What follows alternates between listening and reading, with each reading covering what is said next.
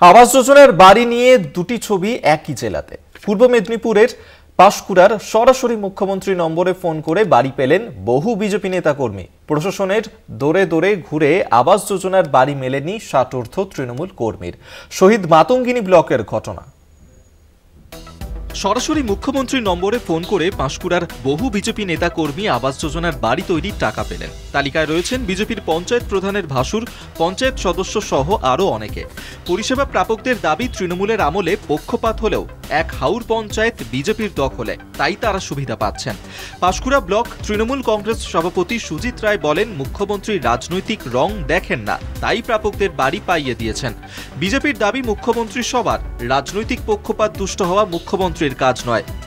ওই যে মুখ্যমন্ত্রী সরাসরি মুখ্যমন্ত্রীর সঙ্গে কথা বললে যে একটা বাড়ি বাড়ি আমি শুনলাম, তো ডাইরেক্ট আমি ফোনও করেছিলাম, তো দেখলাম, কথা বললাম।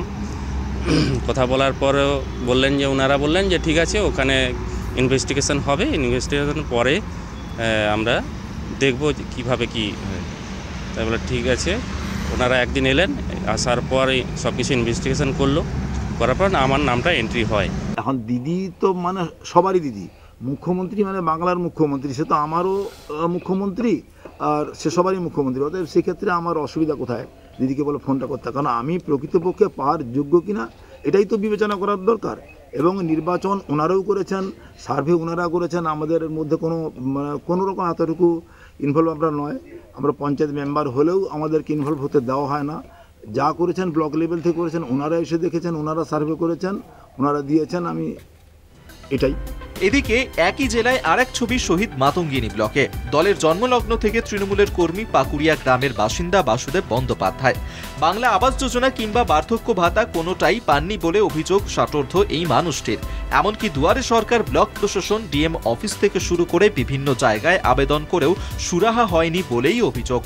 একটাই আবেদন, শেষ বয়সে তাদের মাথা গোঁজার ঠাঁই যেন একটু পাকাপোক্ত হয়।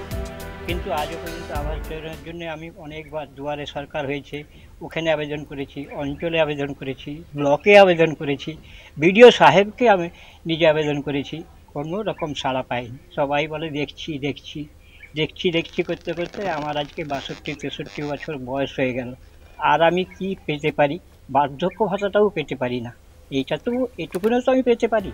একই জেলায় দুই ছবি স্পষ্টভাবেই বুঝিয়ে দেয়, প্রশাসন একটু তৎপর হলে সরকারি সুবিধা কত সহজে পৌঁছে যায় মানুষের কাছে। কলকাতা টিভি।